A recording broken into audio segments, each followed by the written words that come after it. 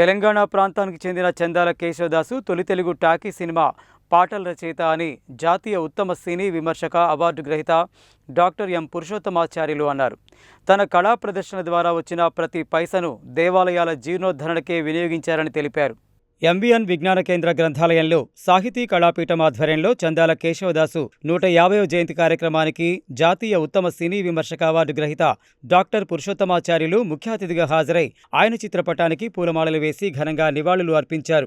ఈ సందర్భంగా ఆయన మాట్లాడుతూ చందాల కేశవదాసు కవియేగాక రచయిత, నాటకకర్త, హరిదాసు, నటులు, దర్శకులు, వైద్యులు, అష్టావధాని, గాయకులు, సామాజిక కార్యకర్త కూడా అని పూర్తిగా కళాసేవకే అంకితమైన విశిష్ట కళాకారుడని కొనియాడారు. ఖమ్మం జిల్లా జక్కేపల్లి గ్రామానికి చెందిన వారని 1876 జూన్ 20వ తేదీన జన్మించారని, తన కళా ప్రదర్శనల ద్వారా వచ్చిన ప్రతి ఆదాయాన్ని పూర్తిగా దేవాలయాల జీర్ణోద్ధరణకే వినియోగించారని తెలిపారు.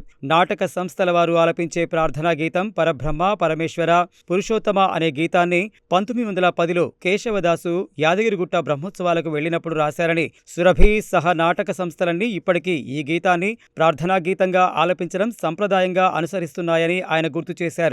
1931లో హెచ్ఎం రెడ్డి పిలుపు మేరకు మొదటి తెలుగు టాకీ సినిమా భక్త ప్రహ్లాదకు పాటలు రచించారని, 1935లో దాసరి కోటిరత్నం పిలుపు మేరకు కలకత్తా వెళ్లి సతీ అనసూయ సినిమాకు పనిచేశారని, ఆయన వృత్తి ఎంత విలువైనదో ప్రవృత్తి అంతే విలువైందని చెప్పారు. కేశవదాసు ఆయుర్వేదం వైద్యంలోనూ రాణించాలని, సర్వరోగ నివారణి అనే మందును తయారు చేసి ఉచితంగా పంపిణీ చేశారని, తమ్మర గ్రామంలో శిథిలమైన దేవాలయాన్ని పునరుద్ధరించారని, గాలిగోపురం నిర్మాణాన్ని కూడా నూతనంగా చేపట్టారని తెలిపారు. నాటకాలు, కళా ప్రదర్శనలు, హరికథ, సినిమా పాటలు ఇలా విభిన్న మార్గాలలో సంపాదించిన సొమ్మును సమాజ దాతృత్వానికి వినియోగించిన త్యాగశీలి అని కొనియాడారు. 1911లో కడక్తారా అనే నాటకాన్ని రచించారని, ఈ నాటకం నాటక రంగంలో గొప్ప సంచలనాలు సృష్టించిందని తెలిపారు. పేరు కోసం తప్పించలేదని, పనిచేసుకుపోయే స్వభావం కలవాడని, ఫలితం ఆశించేవారు కాదని తెలిపారు. ఈ కార్యక్రమంలో వక్తలు కృష్ణారెడ్డి, సభాధ్యక్షులు కృష్ణ కౌండిన్య, సుంకిరెడ్డి నారాయణ రెడ్డి, మునాస వెంకన్న, గజవెల్లి సత్యం, చింతోజు మల్లికార్జున్,